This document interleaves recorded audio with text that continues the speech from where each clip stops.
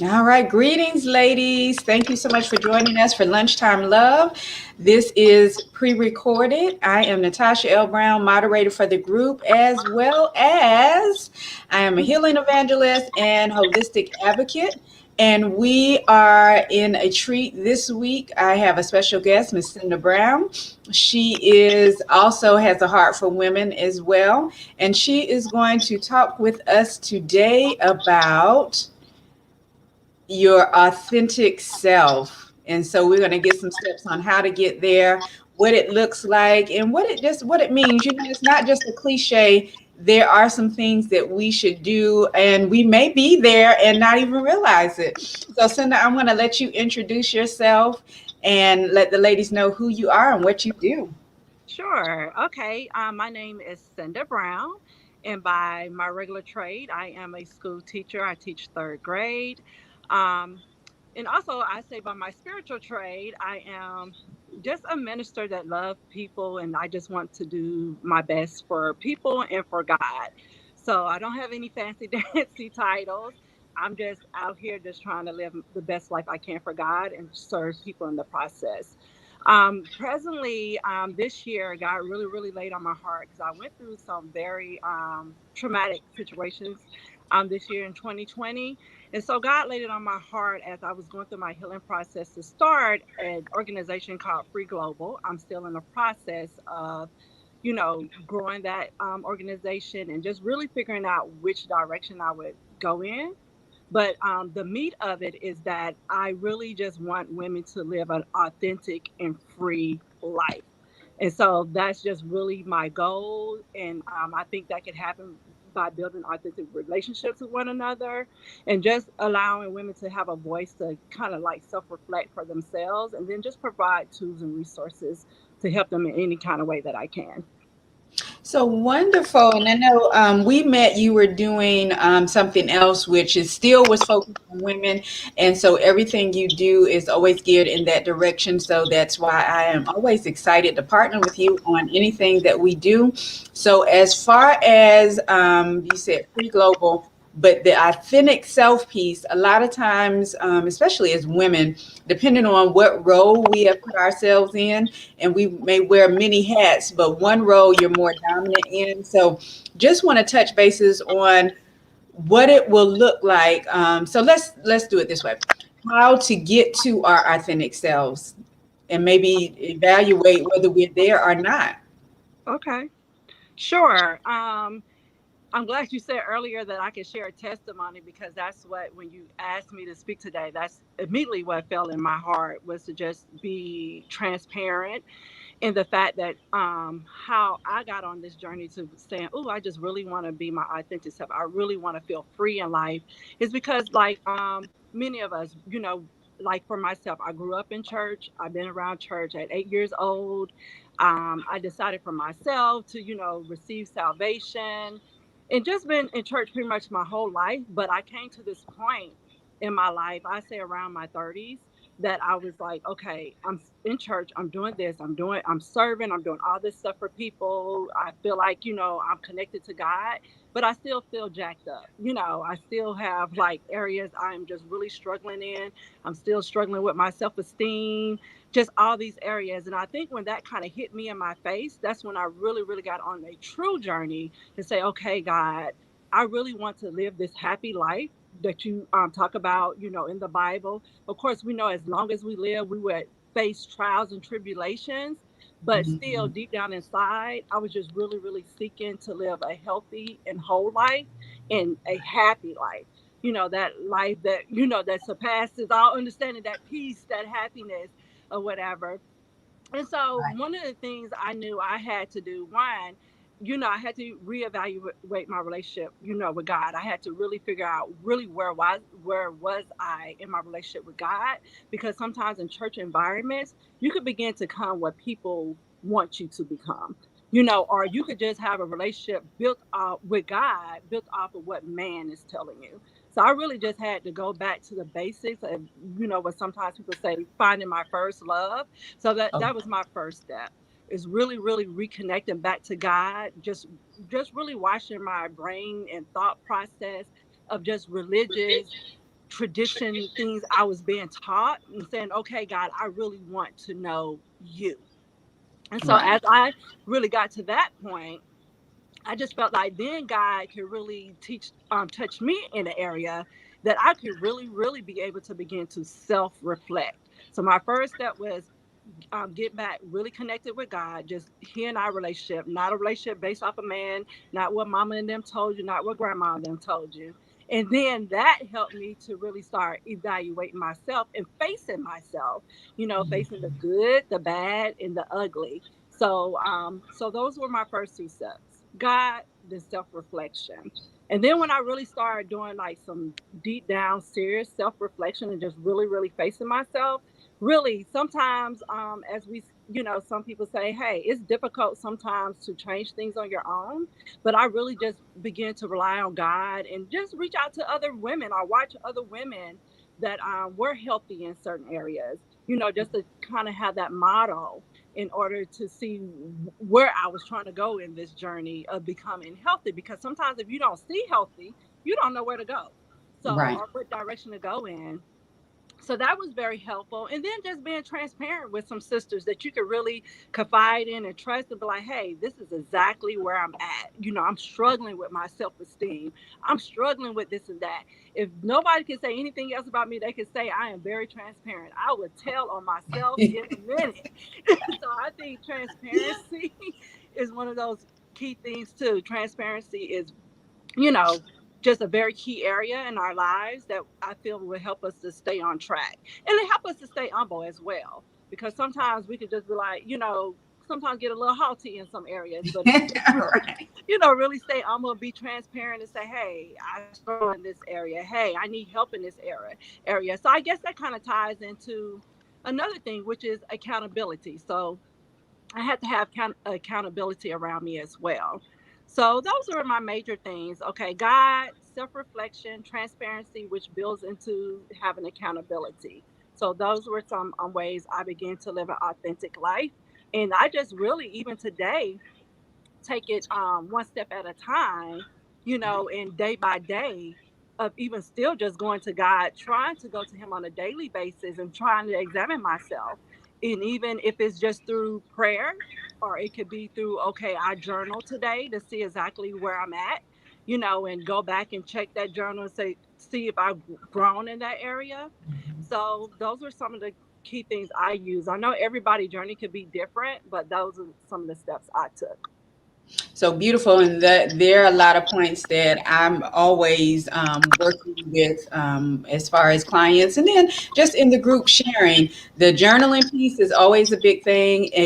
Self-evaluation and re-evaluation, because we can self-evaluate and not come back to it forever, and Yes. unless there's an issue. But the self-evaluation and then re-evaluation is definitely important, and some form of that on a daily basis is always good. So those are good things. And definitely, yes, having that personal relationship, nothing commercial, but really knowing you have experienced Christ for yourself makes a Mhm. big difference in everything that we do. And you brought up some good points, because many people are sitting in ministries now that they are sitting there because it's their family church and they Yes. do it out of routine, or is somewhere comfortable and they're not being challenged to do anything, so they don't move. But Mhm. yes, all of those things have to be looked at. So Yes. definitely beautiful. And you said that you went through several things this year, and I'm not sure, some of it you have shared, and I don't know how much of it you want to share, but Sure. definitely whatever will help the women get into an authentic place. And many times, we think we've gone through things and we're the only one. And once we start talking to people, we find out everybody else has some form or some extent of what we've gone through, and we go through that. If we can learn and apply what we've learned to help others, then we've served the purpose in that particular situation. Yes. So one of the situations I went through, I had a stillbirth at 8 months, and that happened on January the 20th, and I think that was one of the most life changing experiences for me. And if I could even pinpoint, I know at even at work they had asked us to share, like, can you share like one of the most horrible experiences you ever faced in life? And that was the thing that immediately, came into my mind, because just any woman being having the chance to be a mother, or having the chance to carry a child, to lose a child, is just like something you just can't even explain or fathom. And even in that process, I almost lost my life in the process. It was just like, I felt like God orchestrated everything, because I wasn't having symptoms or anything like that. But once I went to the doctor, they told us, okay, the baby has no heartbeat. You have to immediately go to the hospital. It's like God held everything until I got checked in and got on that hospital bed, and then everything started happening. I mean, I was throwing up blood. It was just crazy. I had to have so many blood transfusions. The doctors just were very, very, scared for my life, as well, as just getting the, baby out and different things like that. So, it was very, very difficult, situation just to face. And then even after the situation, I was like, okay, God, you took my child, but then I had to do it in the process that I had to have a C-section. I've never had a C-section before, so that took time to heal. So, and then it was like the wound didn't want to close. It was like one thing after the other. It was like, there's a really crazy situation, but Mhm. it was a situation that I feel like really drew me close to God, because I was like, God, if I do not draw close to you, there's no telling what would happen to me mentally and Right, emotionally. So it right, really sent me on a hard, like, core drive to really, really connect to God. And I began to study, my word like I've never studied it before. Spent a lot of time with God, because I had a lot of time on my hands, because I was out of work. I couldn't go back to work or anything. And so, right, those are the things I did. I still, I see a therapist now for it or whatever. But I think still a lot of people are amazed of just how I went through it. And I know I couldn't go through it like that without God, and also having like family support. But I right. really felt like that was a key situation that even helped me to live more of an authentic life, because I began to look at life like, okay, I almost died. What do you Right. need to be doing, right now in your life?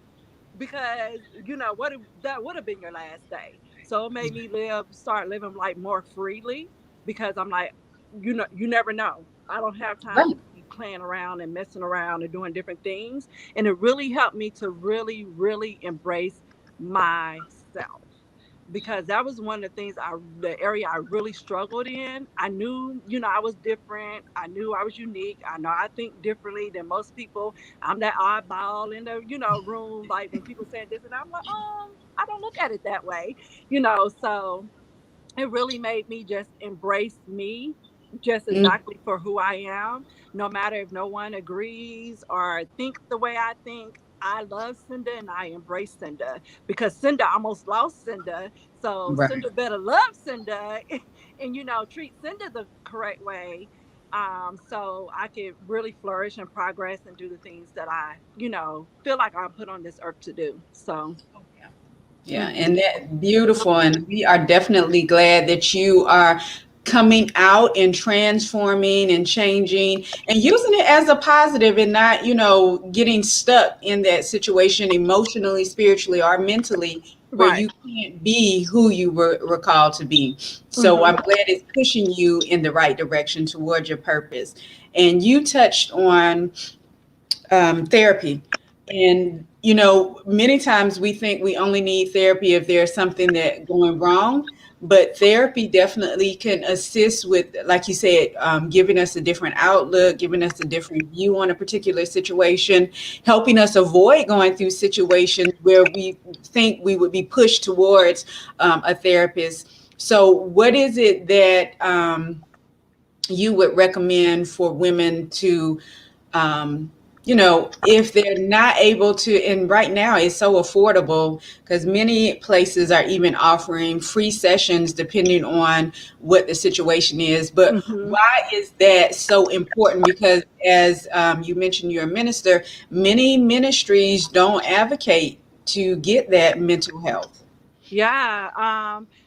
This is my first time ever doing it. I mean, I've never, been against it, but I know I've been one of those people that would say, okay, I feel like I could take everything to God and all those different things. But I just found myself getting to the point, although I was in a good place, I would still have moments. And I didn't know what to do, like with these new emotions, these new feelings, because I've never been in this place before. And so I think when I had begin to have like, just kind of like not really breakdowns, but just moments of just crying, for no reason or whatever, or say like another stress was added on me, it would push me back to the thoughts of what happened to me in January that, just would cause certain emotional things. And so that's what kind of led me to go to a professional, because just like we want to take care of our bodies, we want to take care of ourselves spiritually, we have to learn how to really take care of ourselves, our mental health, and our emotional health as well. So that's what really led me to go, because I'm like, okay, these are new thoughts, these are new feelings.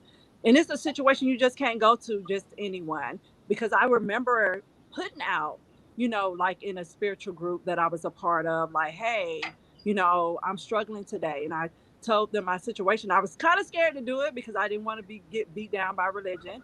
But I Right. did it anyway because I wanted to be free from that thought or that emotion. Right. And some of the comments were, just like, oh, and they meant very well Right. Right. what they were saying, but it wasn't helpful.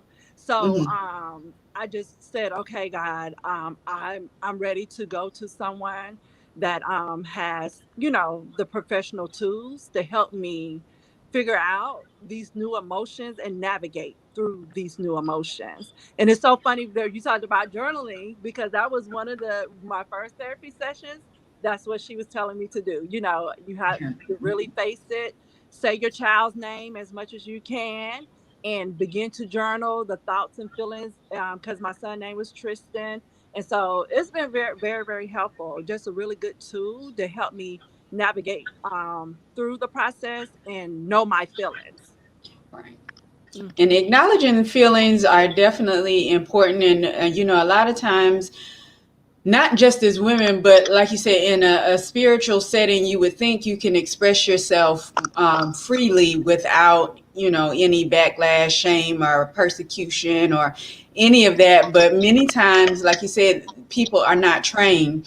So we don't know what to say in certain situations, which in turn, a lot of times will create a void where we'll stay away from people because we don't know what to say. And Right, sometimes just your very presence, being available just in case the person needs you, is more than enough. You don't necessarily have to say anything, or even just saying, I don't know what to say, but I am here for right, you, especially if you haven't experienced particular situations. Sometimes you don't know what to say. right. So it's best not to say anything and just be present. So definitely excited about what is going on, and therapy is definitely needed, Yeah, especially when you're in a situation where you can't find resolution for it, and what you know to do is not working.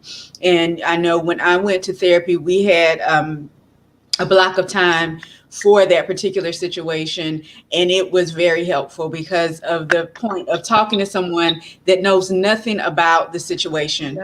You yes, can really give your side, and a good therapist is always going to say, well, that's your your perspective, and maybe not necessarily what took place, and dig a little deeper than you would go if you were in a conversation with a friend, because a lot of times a friend is just going to listen. If you have a really good friend, they're going to challenge you too to see it from a different perspective. But most friends are going to agree with you and say you were right, and whatever the mm-hmm, situation is. mm-hmm. But knowing that you have someone that you can trust to share with, they don't know anything about the particular situation, and they can give that honest feedback and Yeah, have an honest conversation is very encouraging. yes, I agree. So, as far as being our authentic selves, what is it that you would like for women to take away from this with? Um, I would just like for women to take away is one, I don't care who you are or where you are. It is your time, your season to just be your full self. The biggest thing I want sisters to take away is to love yourself and embrace yourself. I think that plays the biggest role, the greatest role in being your authentic self is when you can accept yourself, because we search in this world all the time looking for acceptance. But if we could just really really accept ourselves and love ourselves, I mean, that is just so key. It's so big, and you will just find yourself living a freer, happier, more joyful life. Yeah. So Yes. that's my biggest thing. And of course, we all know first things start with our relationship with God. I would never, fall away from that or try to downplay that. But no, you're even in having your relationship with God, because sometimes we can have that and still not really genuinely accept ourselves or love ourselves, because I was that person. So no, knowing yourself, accepting yourself, and loving yourself is also important. Beautiful, beautiful. So definitely with the ladies of Selflessly Selfish, that is what we are geared towards, making sure that that self-love and self-care piece is definitely pushed and made sure that we remind women, because sometimes as women, especially if you are taking care of a family, you don't think it's important for you to care for yourself, but you cannot be effective in caring for others if you're not caring for yourself. So definitely that is key. And definitely this is Lunchtime Love, and we are talking about your authentic self. And my guest is Cinda Brown, and she is giving her testimony. She has shared some steps she used to get to her authentic self. And if you are not sure whether you are in that place of your authentic self or not, definitely go over those steps that she shared, and definitely evaluate your relationship with the Lord. Mhm. Whether you are in a place where you even have a relationship, or if it's just, talk that you're doing, that experience is completely different. Reading the word, you can read that word every day, but if you don't ever apply it, if you don't ever experience it, it makes a big difference. So, in closing, is there anything else you want to share, as well as share how the ladies can get in contact with you? Sure. I would like to share. Thank you, Natasha, for this moment. I really, really appreciate it. That you don't know. That's been one of my prayers. I was like, God, if I could just share my testimony with other women, I would just be happy with that. So this is like one of my first opportunities just to really, really share my testimony and some of the things I've been through. So I appreciate you. I value you, and I'm so grateful that we connected. I can't even remember how it happened with the whole Right. sisterhood makeover, but I think I was just connected with some of the things you were posting online, and you just kind of know who you kind of Right. Right. connect Right. with. And so I'm glad that we connected. And the ladies could reach me on Facebook, Cinda Brown. The free global that I have is, a private group. So I just don't, put a whole bunch of people in there. I'm just, very selective, because everybody don't want to do the work. It's just real. And I do want women to be able to build authentic relationships with one another. So the first step would just be to connect with me on Facebook, Cinda Brown. They could always email me at freeglobal@gmail.com if they have, any questions or need any help with anything. Beautiful, beautiful. So definitely, ladies, keep in mind, we are always pushing being your authentic self, and keeping in mind that you are important and that you are loved. So definitely, yes, I am excited about the way that we came together, and it was not an accident.